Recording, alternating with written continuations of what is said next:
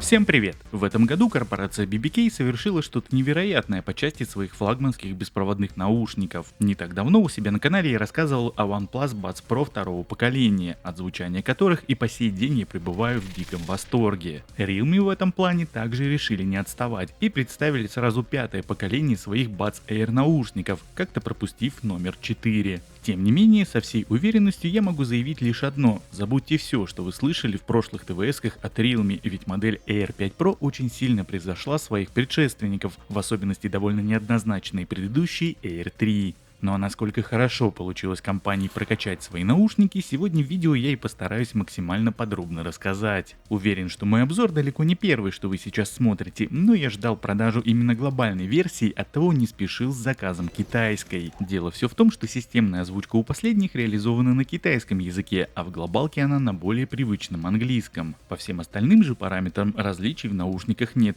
так что если есть желание прилично сэкономить, то можно будет взять и китайские. Я же изначально планировал их оставить себе, и для меня было важно именно глобальное исполнение. Помимо всего прочего, учитывая предыдущий свой опыт, на этот раз я купил устройство в светлой расцветке. Кейс и наушники выполнены из суперглянцевого пластика, в связи с чем я посчитал, что в таком цвете при постоянном использовании на корпусе будут меньше видны потертости и царапины, а также дактилоскопический эффект будет меньше заметен. Отпечатки пальцев такое покрытие собирает просто молниеносно. Сам зарядный кейс имеет овальные формы и небольшие габаритные размеры. Спереди разместили одиночную индикацию, в нижний торец установили разъем для зарядки, а на правом боку в светлой вариации отчетливо видна металлическая кнопка сопряжения и сброса. Нажимается она мягко, без характерного щелчка.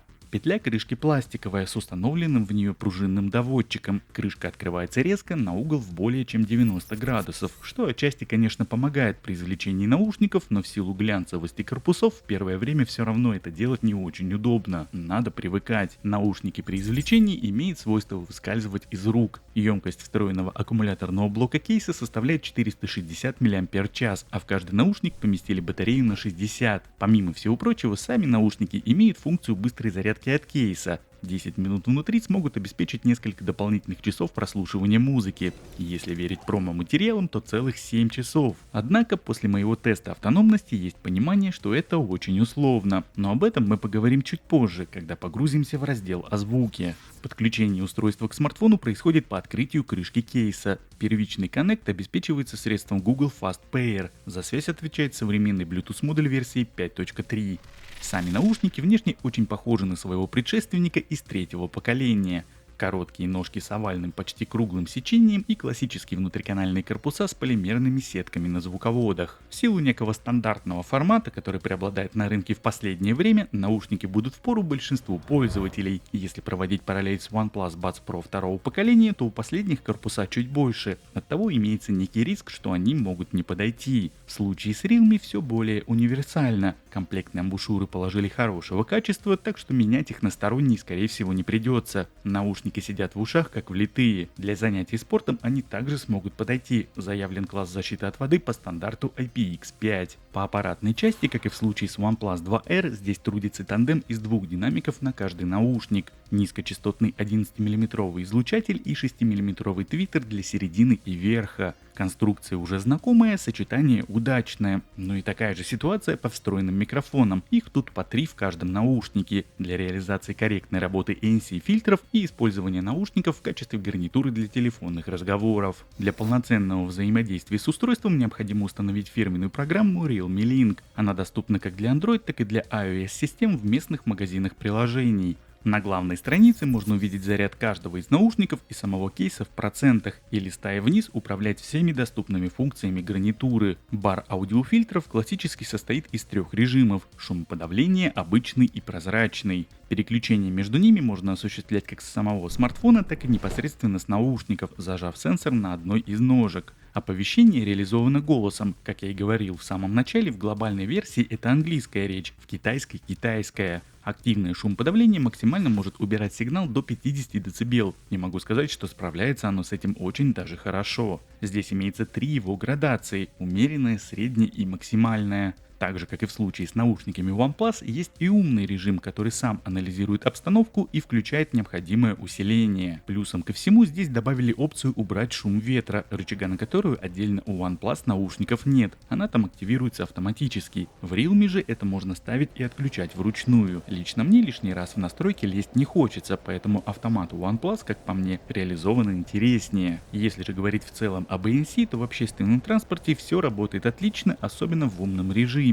Что же касается обратной стороны шумодава режима проницаемости, то здесь все отрабатывает хорошо, но хотелось бы лучше. По крайней мере, если опять же сравнивать с OnePlus 2R, то там звук окружения транслируется четче и громче. Однако у Realme имеется дополнительный рычаг на усиление голосов, что по факту дает больший профит во время диалога. И вот тут получается не так все однозначно. Эффект вроде бы и хороший, но как-то в моем случае особого применения не нашел. Управление функциями с наушников реализовано с помощью касаний, действия на которые можно переназначить в отдельном разделе приложения. Для выбора доступны двойные и тройные этапы, а также удержание сенсора пальцем на несколько секунд. По возможностям перенастройки здесь не особо есть где разгуляться, потому как на медиаплеер жестов всего 2. Однако в этом году Realme нас все же порадовали. Появилась возможность регулировки громкости, но опять-таки эта история доступна только на тройное касание, и по сути придется выбирать между переключением композиции и этой регулировкой. Реализация, признаться, не самая лучшая, но опционально это доступно хотя бы так. В OnePlus, к примеру, такого выбора вообще не предоставили. Лично мне бы было удобно регулировать громкость, если не по свайпу, то хотя бы зажатием сенсора, но на это действие у Realme можно только переключать фильтры ANC, либо назначить активацию игрового режима или вызов ассистента. Разумеется, как и присущей флагманской модели, про датчики автопаузы здесь также не забыли. Они работают корректно в обе стороны. При желании их можно отключить специальным рычагом в меню. Теперь давайте разберемся, что здесь у нас по звучанию. В отличие от наушников OnePlus с максимально условно-проприетарным LHDC кодеком, у Realme имеется поддержка аудиокодека высокого качества LDAC, или по-простому LDAC, который будет доступен для активации практически на всех современных Android смартфонах. Его поддержку можно включить в приложении специальным рычагом, однако сравнив качество звучания с тем же стандартным AAC, который установлен по умолчанию, я особой разницы не почувствовал. Что в потоке, что в закачанных треках звук получается одинаково классным. Но чтобы так получилось, необходимо проделать некоторые манипуляции со звуковыми настройками. И вот здесь мне хотелось бы отдельно затронуть фишку с пространственным аудио, ведь ее реализация конкретно в этой модели не такая, как у всех. Дело все в том, что в прошлом, активируя подобную функцию на наушниках других производителей, вы получали эффект присутствия, заточенный на поворот головы.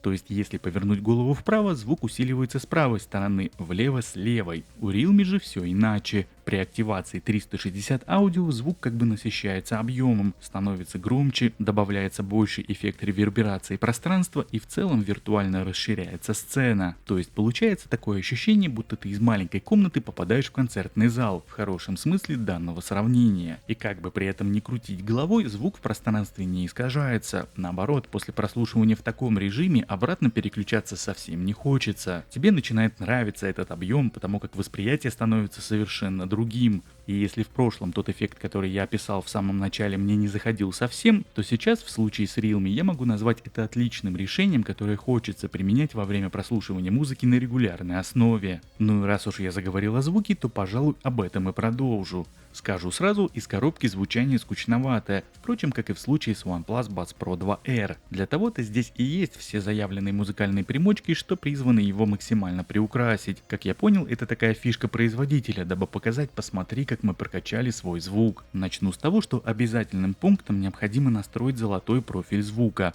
Это недолго, и эффект вам обязательно понравится. Следующим этапом надо выбрать пресет из 4 имеющихся. Лично мне, в отличие от стандартного OnePlus, здесь зашла надстройка чистые басы. Она хорошо сбалансирована и имеет отличную подачу низких частот.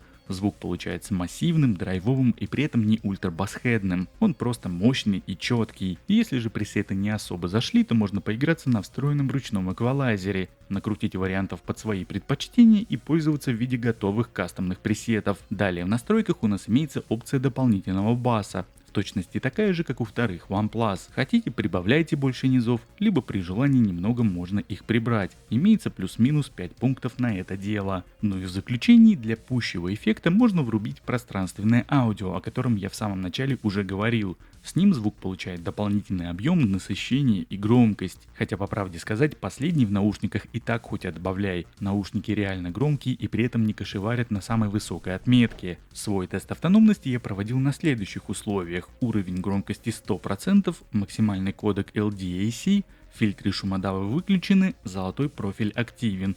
Пресет чистые басы, 360 аудио выключено. И вот при таких раскладах на одном заряде наушники отыграли бодрых 4 часа и 23 минуты. Разряд был плюс-минус равномерный, так что, как по мне, результат очень даже хороший, учитывая, как сильно расходует батарейку вышеупомянутый аудиокодек. Если же наушники слушать на AAC, на котором я также тестировал автономность, то результат будет уже дольше, 5 часов и 48 минут при тех же настройках. Ну а если же немного углубиться и посмотреть на цифры из промо-материалов производителя, то можно понять, что указанные данные справедливы для 50% уровня громкости и стокового звучания из коробки. И вот я очень сомневаюсь, что кто-то именно так будет слушать эти наушники, особенно при наличии всех этих улучшайзеров звучания. Из дополнительных функций на борту имеется рабочий игровой режим с результатом по задержке в районе 80-160 миллисекунд, что, кстати, вполне сопоставимо с OnePlus Buds Pro второго поколения и также выглядит весьма играбельно. Не забыли здесь и про всеми горячо любимый мультипоинт на 2 устройства в полноценной интерпретации. Переключение между устройствами интеллектуальное, без необходимости физического вмешательства. Для его активации необходимо включить специальный рычаг в настройках, после чего с открытым кейсом зажать на 3 секунды кнопку сопряжения и сброса. Работает эта история корректно, подключение происходит быстро. Лично у меня никаких проблем с этим не возникло. Опция отличная, удобная и многим уже хорошо знакома. Ну и вроде бы все основное на данную минуту я про эти наушники вам рассказал, так что пора переходить к тесту встроенных микрофонов. На этот раз он будет сравнительным и, думаю, для многих окажется полезным. Ну что ж, друзья, начинаем тестировать микрофончики в наушниках Realme Buds Air 5 Pro. Вот таким вот образом я решил их сразу же нагрузить в такой вот шумной довольно-таки локации. По правую сторону от меня проезжают автомобили, довольно плотный поток. В метре примерно от меня, может быть, в полутора. Плюсом ко всему я стою на мосту, под которым периодически проезжают различные поезда, электрички. Вот сейчас вот электричка проезжает, собственно, какой-то экспресс. Ну и плюсом ко всему к этому делу еще сюда задувает легкий летний ветерочек со всех сторон, обдувается. И, собственно, вот такая вот нагрузка здесь на микрофоны происходит. Можно примерно прикинуть, как отрабатывают эти микрофоны вот в таких вот условиях эксплуатации. То есть довольно шумная локация, ну и ветрено здесь тоже очень. Так что вот как-то так. Ну и, собственно, раз уж я затеял некое сравнение с OnePlus'ами, то та же самая локация, прям вот буквально с разницей в минуты-две. Подо мной еще одна электричка проезжает, можно сейчас видеть плотный поток машин справа. Ну и легкий летний ветерочек, собственно, те же самые погодные условия, в том же самом месте уже наушники OnePlus Buds Pro 2R. Собственно, можно примерно сравнить качество этих микрофонов, то есть между Realme и OnePlus, ну и выбрать для себя, какой вам больше нравится. Ну а теперь, друзья, настало время тестирования в автомобиле. Собственно, наушники Realme Buds Air 5 Pro, автомобильный тест. У меня сейчас окна закрыты, и по традиции я буду их открывать с двух сторон, тем самым создавая искусственную нагрузку. Скорость у меня порядка 80 км в час, это Ярославское шоссе. Собственно, есть автомобили по правую сторону, по левую сторону, очень шумно, плюсом ко всему задувает сюда ветер. Ну и вот как-то так с такой нагрузкой справляются местные микрофоны, можно оценить их качество. Но я опять-таки не мог пройти мимо OnePlus Buds Pro 2R, несмотря на то, что в обзоре тестирования в автомобиле для этих наушников было, решил сделать еще одно, то есть параллельно вот с Realme Buds Air 5 Pro, собственно, чтобы были примерно те же самые условия. Сейчас я открываю окна с двух сторон на полном ходу, то есть скорость у меня порядка 80 км в час, плотный поток автомобилей, то есть условия абсолютно те же самые, ветер залетает мне в уши, ну и вот примерно как-то так отрабатывают микрофоны OnePlus Buds Pro 2R. Собственно, уже в обзоре я это показывал, Ну и вот еще раз в этом обзоре в качестве сравнения можно послушать и оценить качество тех и других наушников.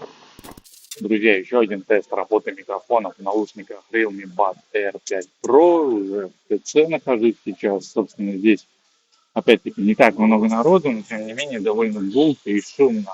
Все-таки люди есть, они что-то разговаривают, говорят. И шум от этого всего дела есть. Плюс на фоне здесь еще играет музычка. Ну и в целом можно прикинуть, как в таких условиях тебя будет слушать собеседник, если ты будешь с ним разговаривать по данным наушникам в качестве гарнитуры для телефонных разговоров. Ну и раз уж я затеял эту историю со сравнением наушников, собственно, сейчас те же самые условия, что и с Realme OnePlus Buds Pro 2R, тот же самый ТЦ, те же самые, собственно, условия шума, гула и всего прочего. Вот таким вот образом здесь отрабатывают микрофоны в тех же самых условиях. Можно примерно прикинуть и послушать, сравнить качество в этих двух парах наушников. Ну и подводя сегодня некий итог по данным наушникам, я буду максимально краток. Realme Buds AR5 Pro получились супер сбалансированными, качественными и доступными. Для своей цены в них есть абсолютно все, что нужно современному пользователю.